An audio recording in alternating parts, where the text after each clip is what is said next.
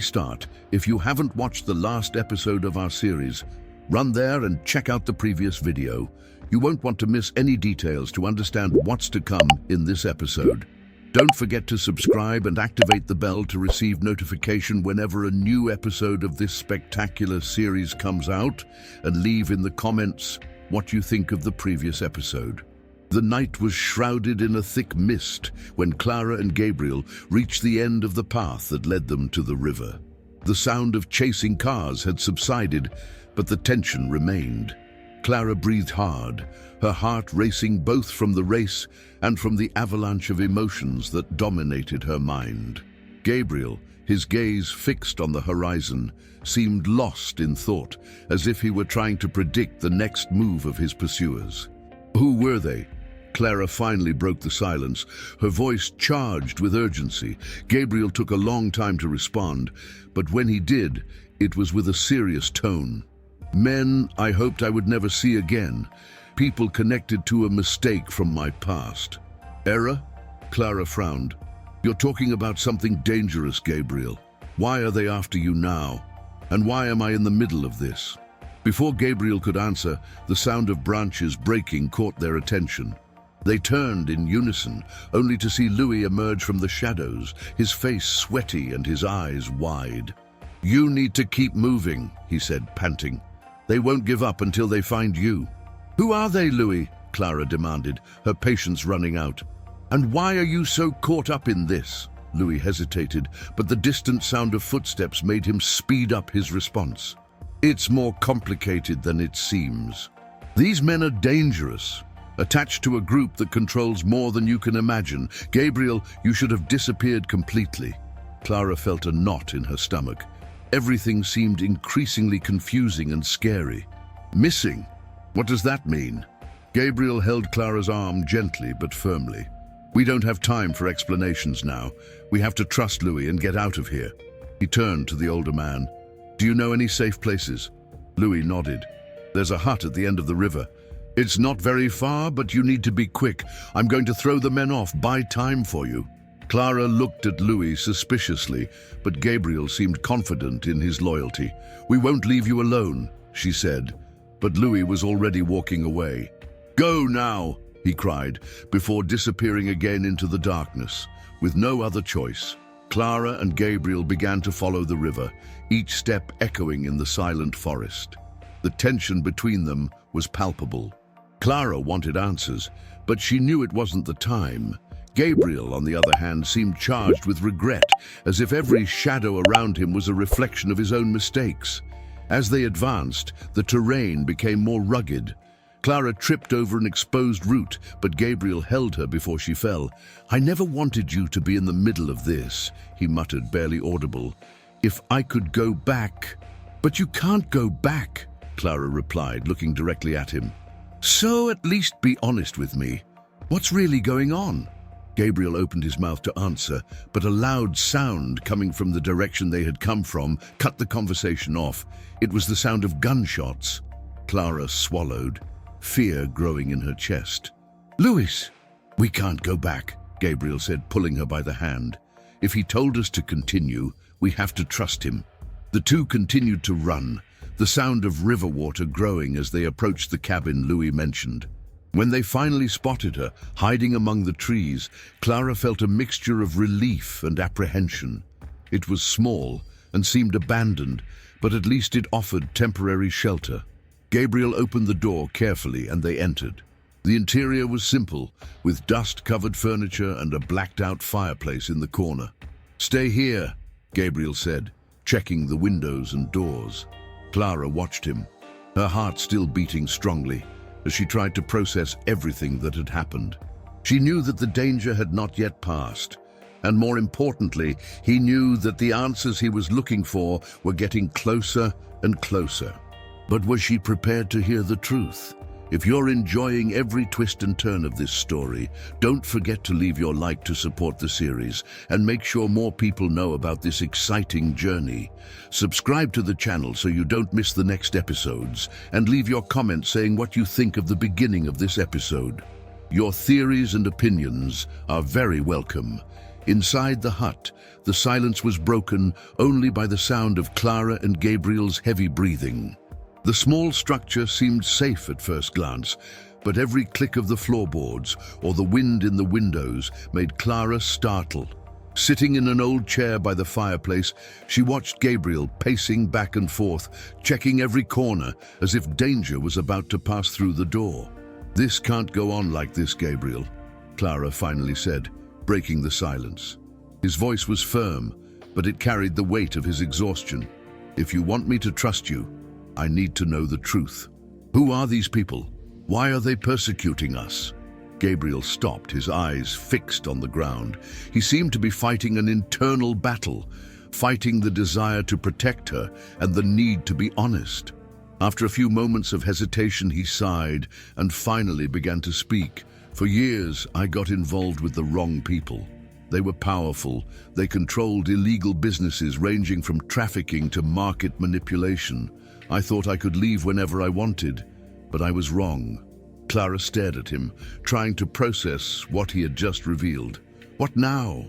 What have you done for them to persecute you to this day?" Gabriel looked at her with a grim expression. "I was responsible for delivering information that harmed them.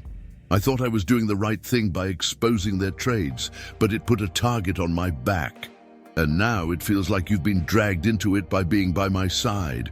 Before Clara could answer, a noise coming from outside the hut interrupted the conversation. Gabriel signaled for her to be silent and approached the window, peering through the worn curtains.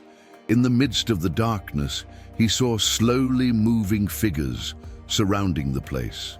"They found us," he whispered. Clara felt her heart race. "What are we going to do?" "Stay behind me," Gabriel said, as he scoured the cabin for something he could use as a weapon.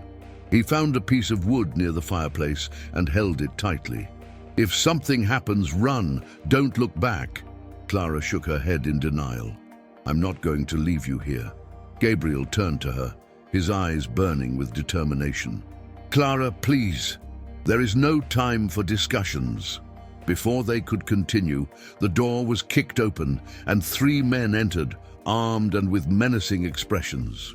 Gabriel positioned himself between Clara and the invaders, lifting the piece of wood in a gesture of defense. "What do you want?" he asked, his voice firm but with a hint of nervousness. One of the men, apparently the leader, stepped forward. "You know very well what we want, Gabriel. It's time to settle the score. And the girl? Well, she's just a bonus." Clara felt anger take over her.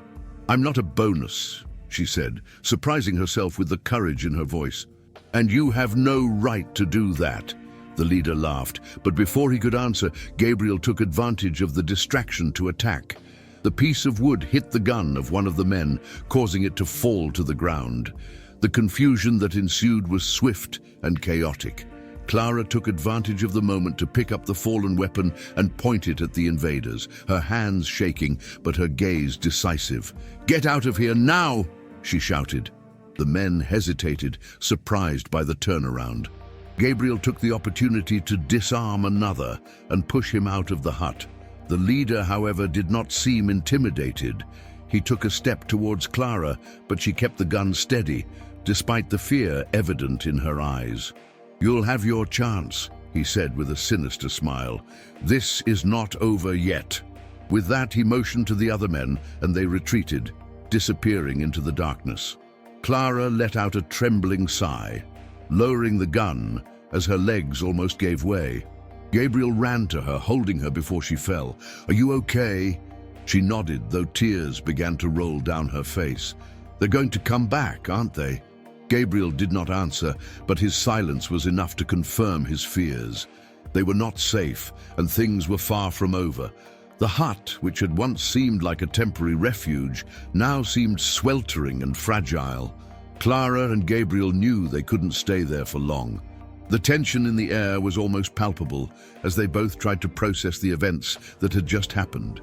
Clara sat down in one of the wooden chairs, still shaking. Gabriel, for his part, paced back and forth, clearly planning his next move. "Gabriel," Clara began, her voice still low and hoarse, "we can't go on like this. They're back, and it doesn't look like they're going to stop until they get what they want. Gabriel stopped walking and looked at Clara, the expression of concern evident on his face. "I know," he said with a sigh, "but we need to gain time. Louis is still out there trying to throw them off. He trusted us to escape and find help." Clara shook her head, trying to stay calm. "But what kind of help? We have no one to turn to." Gabriel hesitated before answering. "Maybe we have. There is someone I know, someone who can help us understand what we are facing, but he lives in Marseille. It's going to be a long journey." "Marseille?" Clara asked, her eyes wide. "This is hundreds of kilometers from here. How are we going to get there?" Gabriel looked out the window where the night still dominated the landscape. "First, we need to get out of here. If we can get to the main road, maybe we can get a car or some transportation. From there, we'll see how to move forward." Clara wanted to question, but she knew Gabriel was right. Staying in that hut was dangerous, and any plan, no matter how improbable, was better than waiting for the men to return. Hours later, dawn began to appear on the horizon. Clara and Gabriel had spent the night walking through the woods, avoiding open roads and any possible patrols. The first rays of sunlight pierced through the trees, creating shadows that danced along the way. Clara was exhausted, her feet aching and her mind heavy with the uncertainties they faced. "We're close," Gabriel said in a tone that sounded more hopeful than accurate. "The road should be just ahead." "I hope so," Clara replied, trying to hide the exhaustion in her voice. "I don't know how much more I can walk." Finally, they reached the main road, a deserted thoroughfare that wound between the hills. Clara felt a mixture of relief and concern. They were more exposed now, but at least there was a chance to find transportation. They walked along the road for some time until they spotted a small cafe by the side of the road with a few cars parked in front. "Let's try it there," Gabriel suggested, pointing to the place. Clara nodded, although she was nervous at the idea of entering a public place. "What if they're looking for us here too?" she asked. "We have no choice," Gabriel replied. "We need a car, and if anyone asks questions, I'll make it clear that we're not interested in problems." They entered the cafe, where the smell of fresh coffee and freshly baked bread filled the air. Clara tried to act natural, but her eyes were constantly scanning the environment for signs of danger. Gabriel, on the other hand, seemed more confident. He approached the counter and started chatting with the clerk, a middle-aged man with a friendly smile. While Gabriel explained that they needed transportation to Marseille, Clara sat at a table by the window, watching the road outside. His thoughts were a mess. All she wanted was a quiet life, away from any kind of danger. But now she was trapped in a situation that seemed increasingly impossible to escape. Minutes later, Gabriel returned to the table with good news. "The attendant knows someone who can take us to the next city. From there, we will be able to take a train to Marseille." Clara felt a wave of relief. "That's great. When can we leave?" "He's going to make a call right now," Gabriel replied. "In the meantime, we can get some rest and a bite to eat." The time at the cafe passed slowly, but finally, a man in an old pickup truck arrived to pick them up. He seemed suspicious, but agreed to take them after a few words exchanged with the attendant. Clara and Gabriel climbed into the truck, feeling relieved to finally be on the move again. As they continued their journey, Gabriel couldn't help but look in the rearview mirror, constantly checking to see if they were being followed. Clara noticed her uneasiness and tried to lighten the mood. "Do you think Louis is okay?" she asked. "I hope so," Gabriel replied. "He's smart. If anyone can get out of that situation, it's him." Clara was silent for a moment, but finally said, "When we get to Marseille, do you think this person can really help us?" "Yes," Gabriel replied with conviction. "He's an old friend, someone who knows how to deal with situations like this. If anyone can give us a chance to fight these people, it's him." Clara wanted to believe it, but she couldn't help but feel a sense of discomfort. They were still far from safe, and each step seemed to take them deeper into a world full of danger and uncertainty. On the horizon, Marseille seemed to be getting closer and closer, but Clara knew that the real journey was just beginning. As Clara and Gabriel advanced towards Marseille, a strange sound interrupted the journey. The truck stopped in the middle of the deserted road, and the driver got out to investigate. Before he could do anything, beacons appeared on the horizon, advancing rapidly. "It's them," Gabriel said, pulling Clara into the forest.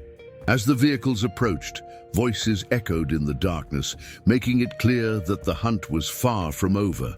Marseille seemed more distant than ever, but the answers and dangers ahead became inevitable. Don't miss episode 7, where everything can change. Did you like the episode? So don't forget to subscribe to the channel to follow all the chapters of this exciting story.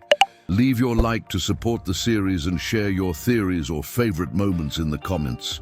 Your participation is very important to us.